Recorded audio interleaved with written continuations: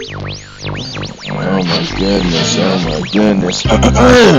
This is King-KAMBUF. We back in this book of truth. Genesis chapter 3. Oh me, oh my. Here we go. 4004 BC is what the number says. Let's see.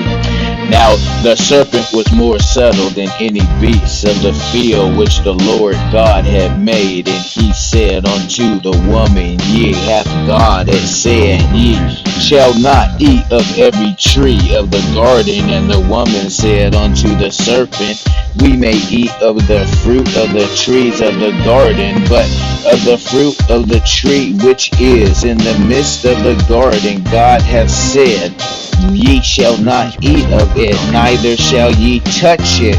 Ye will die. And the serpent said until the woman, Ye shall not surely die, for God doeth not know when the day he eateth doeth, then your eyes shall be open, and ye shall be of gods, knowing good and evil. And when the woman saw that the tree was good for food, and that it was pleasant to the eyes, and tree to be desired to make one wise, she took of the fruit thereof and did eat, and gave also unto her husband with her, and he did eat. And the eyes of them both were opened, and they knew that they were naked, and they sewed fig leaves together and made themselves aprons, and heard the voice of the Lord God walking in the garden in the cool of the day. And Adam and his wife hid themselves from the presence of the Lord God amongst the trees of the garden. And the Lord called unto Adam and said unto him, Where art thou? And he said, I heard thou's voice in the garden, and I was afraid, because I was naked, and I hid myself. And he said, Who told thee thou wast naked? Hast thou eaten from the tree there I commanded thee, and thou should not eat? And the man said, The woman whom thou gavest to be me with me, she gave me the tree, and I did eat. And the Lord God said unto the woman, What is this that thou hast done? And the woman said, The serpent guilted me, and I did eat. And the Lord God said unto the serpent, Because of thou hast done this, thou art cursed unto all cattle, and above every beast of the field.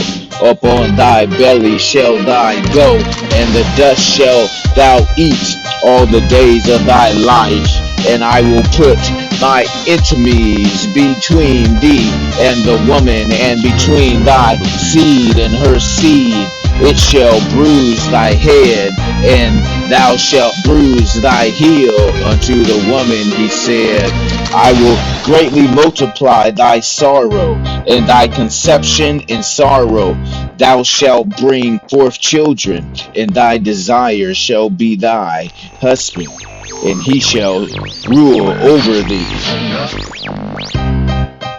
And unto Adam he said, Because thou hast hearkened unto the voice of thy wife, and hast eaten of the tree of which I commanded thee, saying, Thou shalt not eat of it. Cursed is the ground for thy sake, and sorrow shalt thou eat of it in all the days of thy life. Thorns also and thistles shall it bring forth to thee, and thou shalt eat of the herbs of the field. In the sweat of thy face shalt thou eat bread, until thy return unto the ground, for out of which waste thou'st taken for dust. Thou art thou unto dust shalt thou return. And Adam called his wife's name Eve, because she was the mother of all living. Unto Adam also to his wife did the Lord God make coats of skin and clothe them. And the Lord Lord God said, behold, the man is come one of us to know good and evil. And now least he put forth his hand and take also of the tree of life and eat and live forever. Therefore the Lord God sent him forth from the garden of Eden to till the ground from hence it was taken. So he drove out the man, and he placed at the east of the garden of Eden cherubims and the flaming swords which turn every way to keep the way of the tree of life. Chapter 3. And God gave us a wife. This is KING-KAMBUF, 100 proof, bringing you nothing but the truth. So he kicked us out the garden so we wouldn't eat the tree of life. Wow, how about that?